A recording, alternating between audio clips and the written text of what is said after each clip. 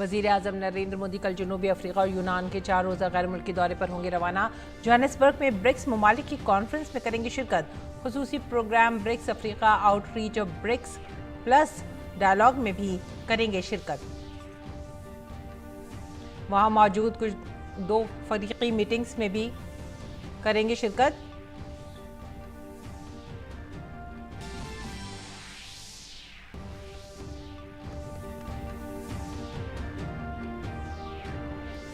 जनूबी अफ्रीका के शहर जोहानिसबर्ग में 15वीं ब्रिक्स सरबराही कॉन्फ्रेंस 22 अगस्त से 24 अगस्त होगी मुनक़िद। वज़ारत ख़ारजा ने कहा सरबराही इजलास में आलमी मईशत की वापसी, पायदार तरक्की और जियो पॉलिटिकल चैलेंजेस समेत दीगर आलमी चैलेंजेस से निपटने पर तवज्जो होगी मरकूज़।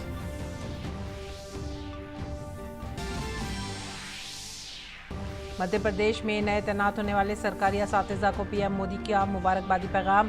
कहा मुल्क की तरक्की में कौमी किरदार का अहम रोल। वज़ीर आला शिवराज सिंह चौहान ने 5580 नए तैनात होने वाले असातिज़ा को सौंपे मुबारकबादी खतूत।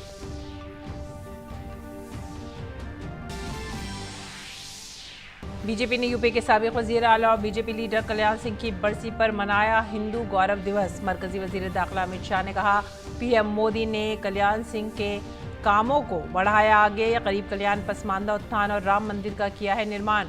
यूपी के वज़ीर आला योगी आदित्यनाथ ने कहा कल्याण सिंह की हुकूमत में यूपी के लोगों को हुआ था सिक्योरिटी और गुड गवर्नेंस वाली हुकूमत का एहसास। मालिया और कॉर्पोरेट की मरकजी वजारत का चिंतन शिविर गुजरात के केवड़िया में शुरू। वज़ीर खजाना निर्मला सीतारमण ने अमृतकाल के दौरान वजारत खजाना के किरदार पर बहस में लिया हिस्सा। दोनों वजारतों के 100 से ज्यादा सीनियर अफसरान ले रहे हैं हिस्सा। भारत को 2047 तक एक तरक्की याफ्ता मुल्क बनाने के खाके समेत मुख्तलिफ दीगर उमूर पर किया जा रहा है तबादला ख्याल।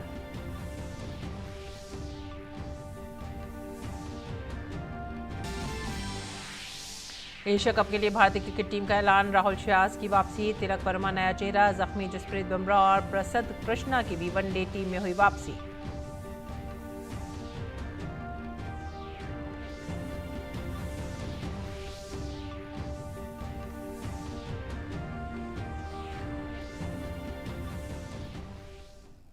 आदाब नाज़रीन, उर्दू खबरों में आप सभी का खैर मक़दम है। नजर डालते इस वक्त की खास खबरों पर। वज़ीर आज़म नरेंद्र मोदी कल 22 अगस्त से जनूबी अफ्रीका और यूनान के 4 रोज़ा दौरे पर होंगे। 22 से 24 अगस्त तक जनूबी अफ्रीका के अपने 3 रोज़ा दौरे के दौरान पीएम मोदी जनूबी अफ्रीका के सदर मातहमुल सिरिल रामापोसा की दावत पर 15वीं ब्रिक्स चोटी कॉन्फ्रेंस में शिरकत करेंगे। 2019 के बाद ये उनकी पहली ज़ाती मुलाकात होगी। वज़ीर आज़म ब्रिक्स समिट के बाद खुसूसी तक़रीबात, ब्रिक्स अफ्रीका आउटरीच और ब्रिक्स प्लस डायलॉग में भी शिरकत करेंगे। इस कॉन्फ्रेंस में जनूबी अफ्रीका की तरफ से मौजूद दीगर ममालिक भी शिरकत करेंगे। इस दौरे के दौरान वज़ीर आज़म वहाँ कुछ लीडरों के साथ 2 तरफ़ा मीटिंग भी करेंगे। जनूबी अफ्रीका के दौरे के बाद वज़ीर आज़म मोदी यूनान के वज़ीर आज़म रियाकोस मित्सोताक्सी की दावत पर इस महीने की 25 तारीख को यूनान का सरकारी दौरा करेंगे। गुज़िश्ता 40 सालों में किसी हिंदुस्तानी वज़ीर आज़म का यूनान का ये पहला दौरा होगा। वज़ीर आज़म मोदी यहाँ अपने हम मनसब के साथ 2 तरफ़ा ताल्लुकात को मज़ीद वसअत देने पर भी तबादला ख्याल करेंगे। वो हिंद यूनानी कारोबारी रहनुमाओं और भारतीय बिरादरी से भी बातचीत करेंगे। भारत और यूनान के दरमियान तहज़ीबी ताल्लुकात हैं। ये ताल्लुकात हालिया बरसों में बहरी नक़्ल हमल, दिफा, तिजारत और सरमायादारी और अवाम से अवाम के ताल्लुकात जैसे शोबों में ताउन के ज़रिए मजबूत हुए हैं।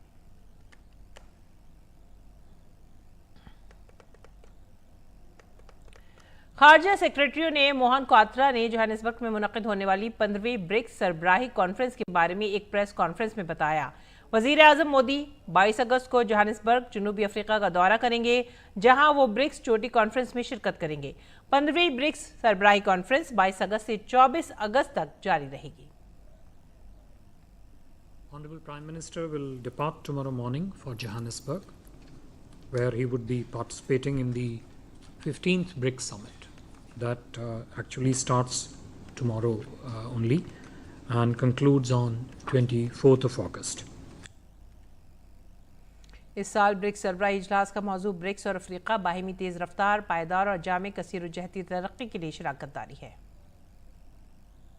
BRICS Summit this year is BRICS and Africa, Partnership for Mutually Accelerated Growth, Sustainable Development and Inclusive Multilateralism.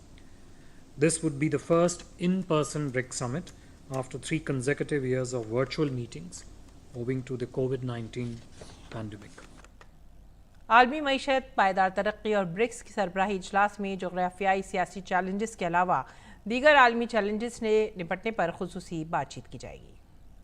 The participants are likely to deliberate on issues such as global economic recovery amid ongoing geopolitical challenges, sustainable development goals, something that would, I think, continue throughout the different sessions of the BRICS summit, women-led development, as also addressing the concern and interests and priorities of the global south.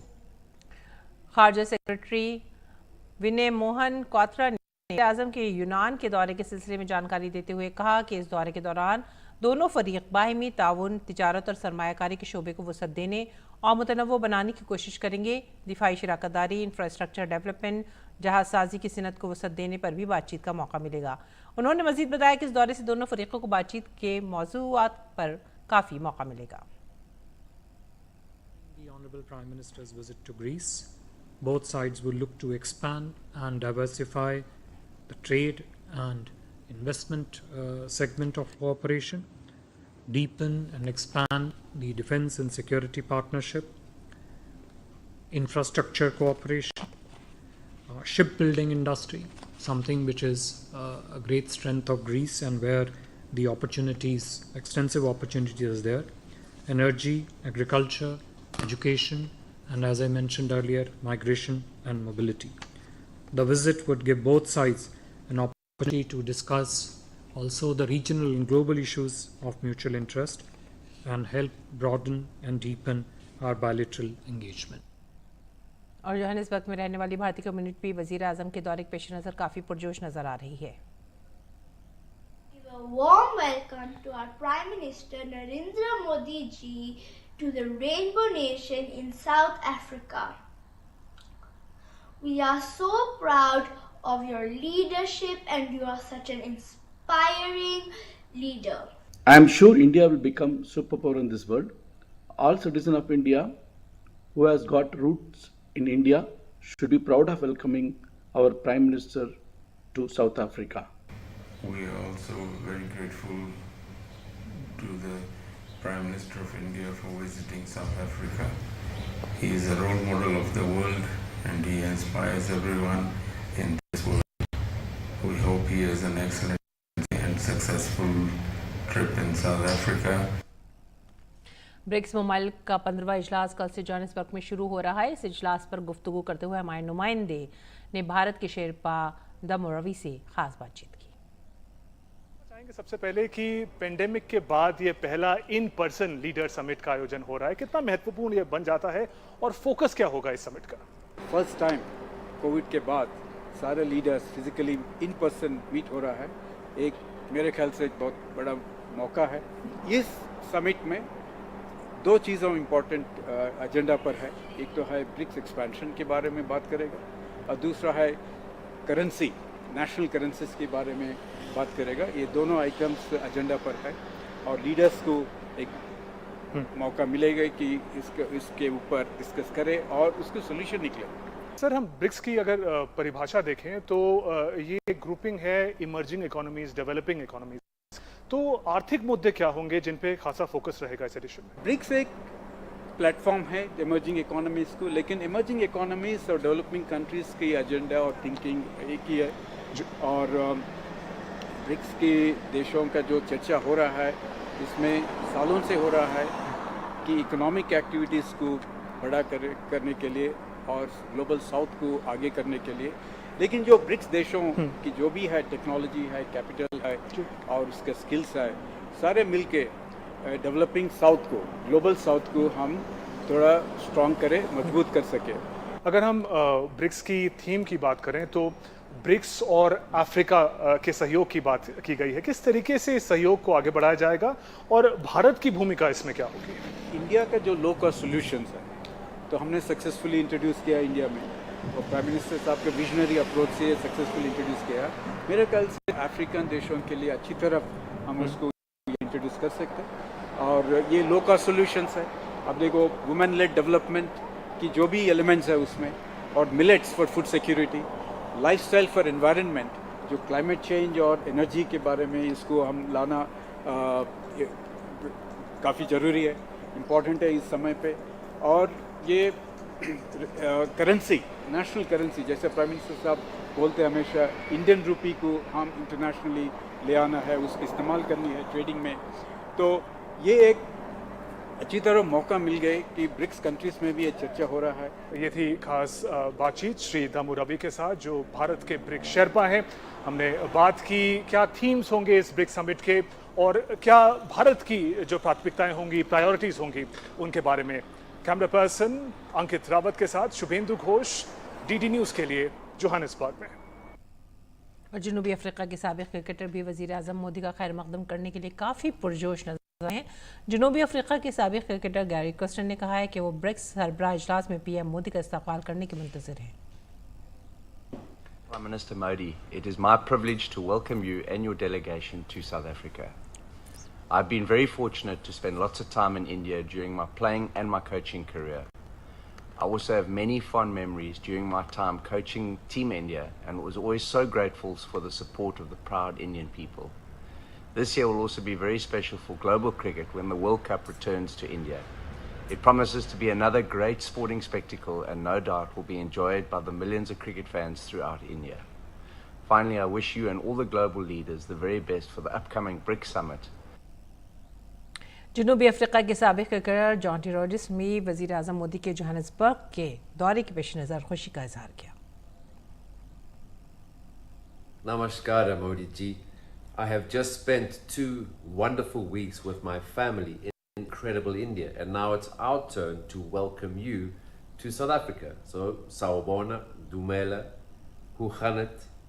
I really hope you are well, sir. Welcome for the BRICS conference. And we know, as South Africans, that you have a massive role on the international political and economic scene, and we thank you for your inputs. और मध्य प्रदेश में आज session 2023-24 में 5,500 से ज़्यादा नए तैनात असातिज़ा को मुबारकबाद के खतूत सौंपे गए हैं। ये प्रोग्राम CM राइस शासकीय government Mahatma Gandhi higher secondary school Bhil Barkheda Bhopal में मुनक़िद किया गया था। वज़ीर आज़म नरेंद्र मोदी ने इस प्रोग्राम को वर्चुअली तौर पर खिताब किया। अपने खिताब में वज़ीर आज़म ने तक़र्रीरनामा हासिल करने वाले असातिज़ा को मुबारकबाद दी और बड़ी तादाद में असातिज़ा की भर्ती के लिए रियासती हुकूमत को मुबारकबाद पेश की। वज़ीर आज़म ने इन नए तैनात होने वाले असातिज़ा को मुखातिब करते हुए कहा कि आप तालीमी पॉलिसी को नाफिज करने में भी अहम किरदार अदा करने जा रहे हैं। साथियों, आप सभी राष्ट्रीय शिक्षा नीति को लागू करने में भी बड़ी भूमिका निभाने जा रहे हैं। विकसित भारत के संकल्प को सिद्ध करने की दिशा में राष्ट्रीय शिक्षा नीति का बहुत बड़ा योगदान है। इसमें पारंपरिक ज्ञान से लेकर भविष्य की टेक्नोलॉजी तक को समान रूप से महत्व दिया गया है। प्राथमिक शिक्षा के क्षेत्र में नया पाठ्यक्रम भी तैयार किया गया है। एक और बहुत बड़ा काम हुआ है मातृभाषा में पढ़ाई को लेकर। अंग्रेजी न जानने वाले अनेकों छात्रों को उनकी मातृभाषा में पढ़ाई ना कराकर एक तरह से उनके साथ बड़ा अन्याय किया गया था। यह सामाजिक न्याय के विरुद्ध था। अब इस अन्याय को भी हमारी सरकार ने दूर कर दिया है। वज़ीर आज़म मोदी ने कहा कि अमृतकाल के पहले ही साल में 2 बहुत ही मस्बत खबरें आई हैं। यह खबर मुल्क में बढ़ती हुई खुशहाली को जाहिर करती है। नीति आयोग की रिपोर्ट में आया है कि सिर्फ 5 साल के भीतर ही भारत में 13.5 करोड़ भारतीय गरीबी रेखा से ऊपर आ गए हैं। कुछ दिन पहले एक और रिपोर्ट आई है। इस रिपोर्ट के अनुसार इस वर्ष फाइल होने वाली इनकम टैक्स रिटर्न की संख्या भी दूसरा महत्वपूर्ण संकेत दे रही है। पिछले 9 वर्षों में लोगों की औसतन आय में भारी बढ़ोतरी हुई है। आईटीआर के आंकड़ों के मुताबिक 2014 में जो औसत आय एवरेज इनकम करीब 4 लाख रुपए थी, वो 2023 में बढ़कर 13 लाख रुपए हो गई है। वजीर आजम ने कहा कि 2014 से पहले मुल्क में घोटालों का दौर था और आज गरीबों का सारा पैसा बराह रास्त उनके खातों में पहुंच रहा है। 2014 से पहले घोटालों और भ्रष्टाचार का दौर था। गरीब का हक उस तक पहुंचने से पहले ही लूट लिया जाता था। आज गरीब के हक का पूरा पैसा सीधे उसके खाते में पहुंच रहा है। साथियों, सिस्टम से लीकेज रुकने का एक परिणाम ये भी हुआ है कि सरकार गरीब कल्याण पर पहले से कहीं ज्यादा खर्च कर पा रही है। वजीर आजम ने कहा कि 2014 से अब तक मुल्क में 5 लाख कॉमन सर्विस सेंटर कायम किए गए हैं। हर कॉमन सर्विस सेंटर बहुत से लोगों को रोजगार फराहम कर रहा है। 2014 के बाद से देश के गांवों में 5 लाख नए कॉमन सर्विस सेंटर बने। प्रत्येक कॉमन सर्विस सेंटर आज कई कई लोगों को रोजगार दे रहा है। यानी गांव गरीब का कल्याण भी हुआ और रोजगार के मौके भी बने। और वजीर आजम ने मजीद कहा कि लोगों की मदद के लिए एक online learning platform iGOT Karmayogi तैयार किया गया है। उन्होंने सबको इसका इस्तेमाल करने और ज्यादा से ज्यादा फवाइद हासिल करने की तरकीब भी दी। आपकी मदद के लिए सरकार ने online learning platform iGOT Karmayogi तैयार किया है। इस सुविधा का ज्यादा से ज्यादा लाभ उठाने का प्रयास करें। मैं आपको और आपके परिवार के लोगों को इस नई सफलता के लिए, इस नई यात्रा के लिए अब सपनों को सिद्ध करने का एक उत्तम अवसर मिला है। उत्तर प्रदेश के साबिक वजीर आला और गवर्नर आजहानी कल्याण सिंह की आज दूसरी बरसी है। इस मौके को आज उत्तर प्रदेश में हिंदू गौरव दिवस के तौर पर मनाया जा रहा है। हिंदू गौरव दिवस के पेश नज़र मरकजी प्रोग्राम अलीगढ़ की नुमाइश मैदान में मुनक़्क़िद किया जा रहा है। मरकजी वज़ीर दाखिला अमित शाह, वज़ीर तिजारत पीयूष गोयल, यूपी के वज़ीर आला योगी आदित्यनाथ, दोनों नायब वज़ीर आला ब्रजेश पाठक और केशव प्रसाद मौर्य समेत तमाम बड़े रहनुमा इस प्रोग्राम में मौजूद हैं। कल्याण सिंह ने 2021 में 89 साल की उम्र में आखिरी सांस ली थी। कल्याण सिंह की शनाख्त एक मजबूत हिंदू रहनुमा के तौर पर की गई है। जनसंघ से जनता पार्टी और फिर भारतीय जनता पार्टी के लीडर के तौर पर वह एमएलए बने और फिर यूपी के वज़ीर आला भी बने। अयोध्या तहरीक के दौरान कल्याण सिंह ने कारकुनों में नया जोश पैदा करने का काम किया था। हिंदू रहनुमा को खिराज अक़ीदत पेश करने के लिए आज उनके आबाई ज़िला अलीगढ़ में हिंदू गौरव दिवस के तौर पर मनाया जा रहा है। कल्याण सिंह 5 जनवरी 1935 को जिले के अतरौली तहसील के गांव मधौली में एक आम किसान खानदान में पैदा हुए थे।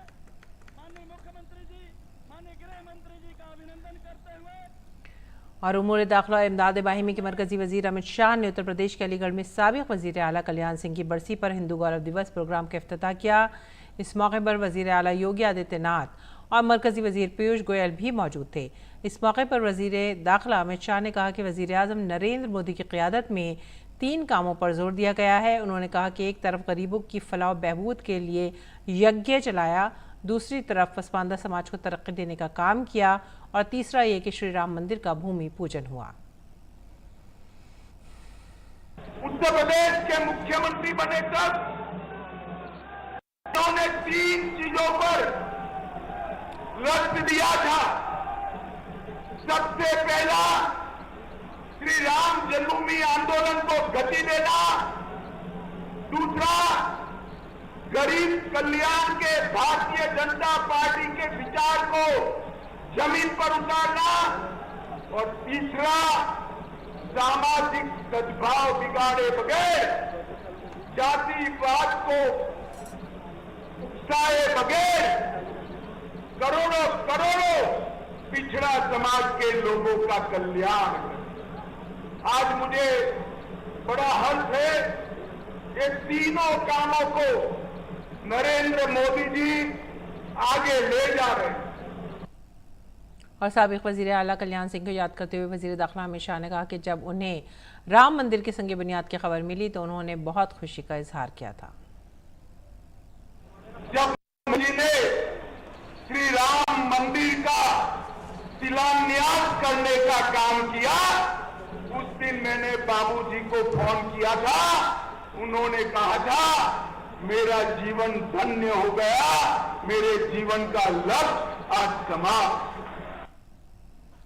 उत्तर प्रदेश के वजीर आला योगी आदित्यनाथ ने अलीगढ़ में यूपी के साबिक वजीर आला आजहानी कल्याण सिंह की दूसरी बरसी पर मुनक़्क़द एक प्रोग्राम में कहा कि 1991 में बीजेपी की हुकूमत उत्तर प्रदेश में पहली बार मुंतखब हुई थी।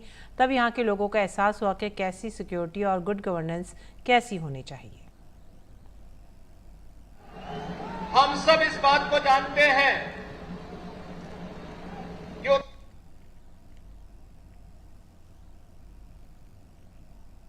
वजारत खजाना का चिंतन शिविर आज केवड़िया में शुरू हुआ है।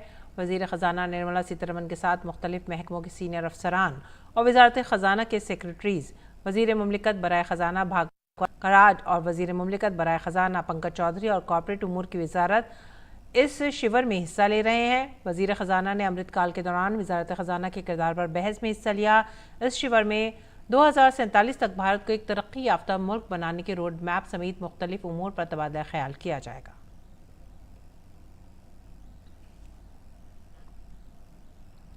सदर जमहूरिया द्रौपदी मुर्मू ने दिल्ली कैंट में आर्मी वाइव्स वेलफेयर एसोसिएशन के ज़ेर एहतमाम एक प्रोग्राम अस्मिता में शिरकत की।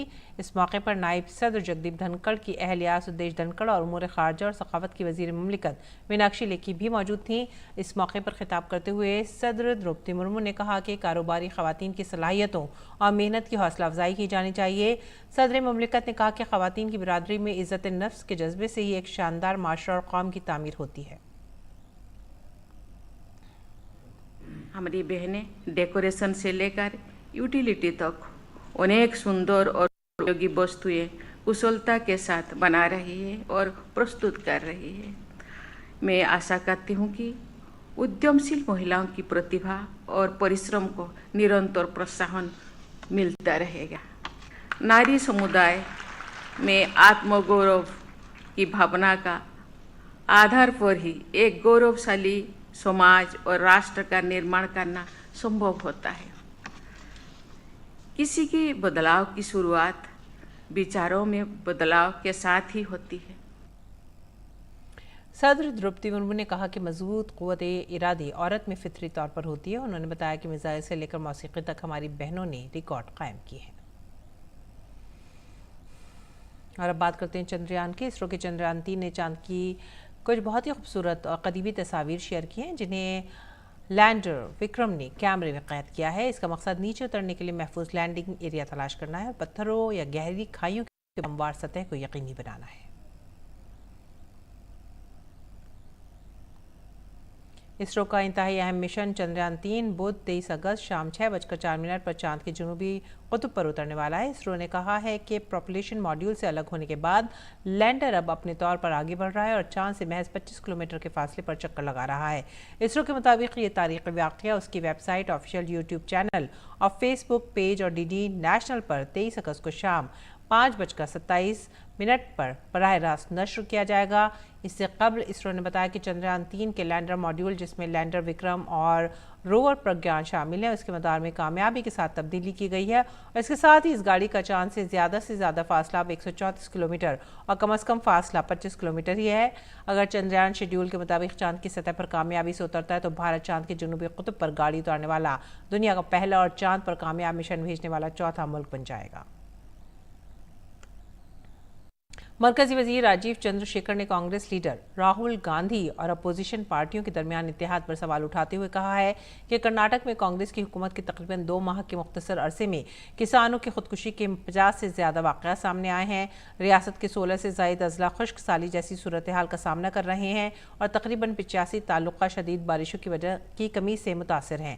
ऐसी सूरत हाल के बावजूद जब किसान भाई परेशान हो रहे हैं और दूसरी तरफ सियासी दबाव में कर्नाटक में हुक्मरां कांग्रेस पार्टी कावेरी का पानी छोड़ रही है। कर्नाटक कांग्रेस के लीडर डीके शिव कुमार ने बिना कोर्ट के कंसल्टेशन के साथ या कोई ऑल पार्टी मीटिंग के साथ उन्होंने 10 टीएमसी कावेरी वाटर रिलीज करने का ऐलान कर दिया। घमंडिया गठबंधन / यूपीए के सीनियर पार्टनर डीएमके के प्रेशर से इन्होंने पानी रिलीज किया है। पाकिस्तान और श्रीलंका में होने वाले एशिया कप के लिए आज भारतीय मर्दों की क्रिकेट टीम का ऐलान कर दिया गया है।